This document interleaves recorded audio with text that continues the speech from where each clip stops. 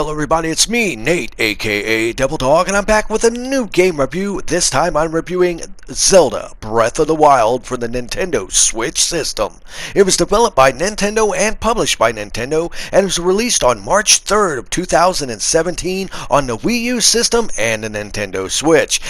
This was delayed several times, and I think the main reason for it was just so it would be released on the Switch for a release game, because there's really not too many games for the system right now. Overall, it is the 19th in the main series of Zelda, not including all the portable handheld spin-offs, and it is a basic, nice action-adventure game, and the overall story is Link awakens from a 100-year-old sleep and finds out that Hyrule has been destroyed by Calamity Ganon and must pretty much gain enough strength and abilities to be able to defeat Calamity Ganon before Zelda loses her power and he takes over the world.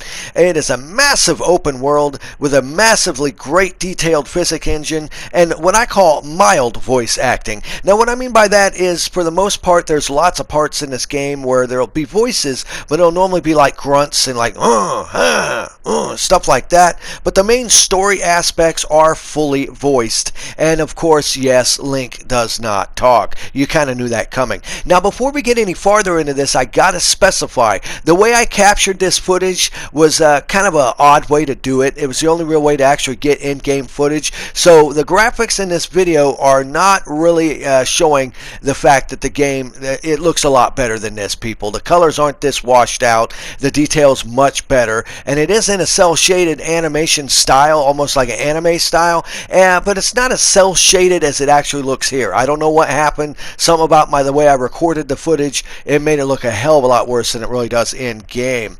Now, this game has no hand-holding, and the world is huge. It is like 12 times larger than the game Twilight Princess, and you will die a lot in this game. Since there's no hand-holding, you're allowed to go pretty much wherever you want, and keep in mind while doing that, with the AI of the enemies and other things that happen, you have to really think on your toes and really be smart, because it does have like a system where your weapons will break. You will constantly be going through different weapons, so don't really get a favorite weapon. You're probably not going to keep it all that long. You have all kinds to choose from: basic swords, daggers, staffs, bows and arrows, axes, war clubs. Really, it has a lot of variety in overall weapons, and their design and the way they handle are fantastic. I mean, you can actually use a spear to go fishing. You can stab people with it. Let's say with an axe, you can attack enemies with it. It also serves as a purpose of like cutting down trees. So let's just say there's apples at the top of a tree and you want to get to them, you can just cut the damn tree down if you want,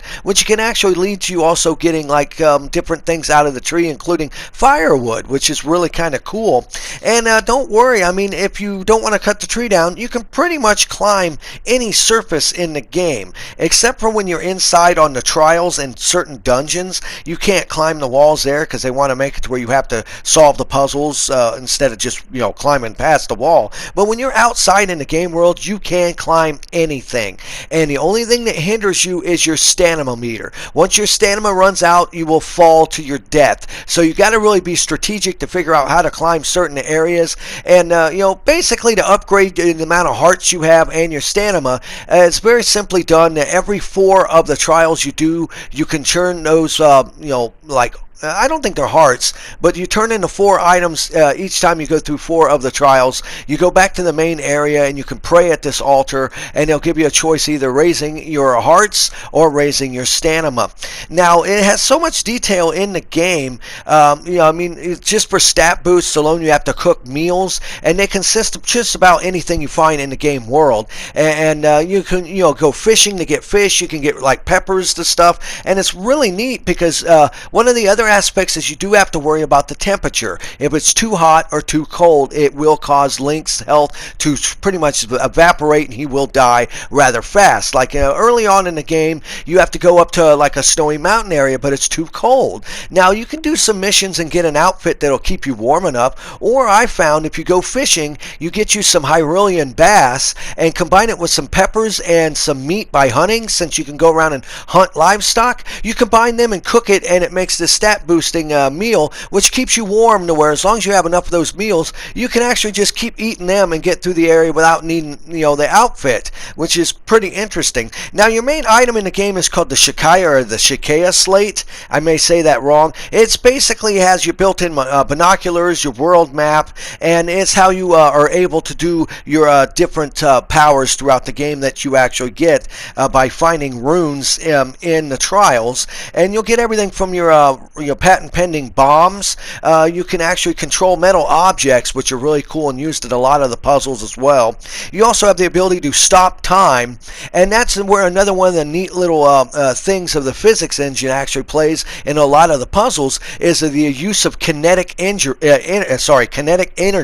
And what that means is if you stop time with something and then you strike repeatedly the item, it'll build up a momentum on that item. So if you grab a hold of it and when time starts again, all that energy is applied at one time to it. So if you need to get a boulder to move, or you need to get across the gap, you can freeze time and pretty much beat the shit out of something, get the kinetic energy up enough to where when you grab it and when time starts again, you can actually go flying. You also have the ability to like create ice blocks and a bunch of other stuff too. And overall, I've played through this game roughly about 65 hours, and I'm nowhere near close to beating it. I have heard rumors that you can zip right to the very final boss, and if you're able to be sneaky enough, you can actually beat the game in under 15 minutes. I'm not sure if that's really true or not, but I know it's probably, if it is true, it's damn near impossible to do. I think this game's roughly got about over a couple hundred hours worth of different things you can do in it. Hell, even now, even though I go back to old areas I've been, I'm still finding new stuff that I missed each time because the world is so large, so varied, and has so many different things to do.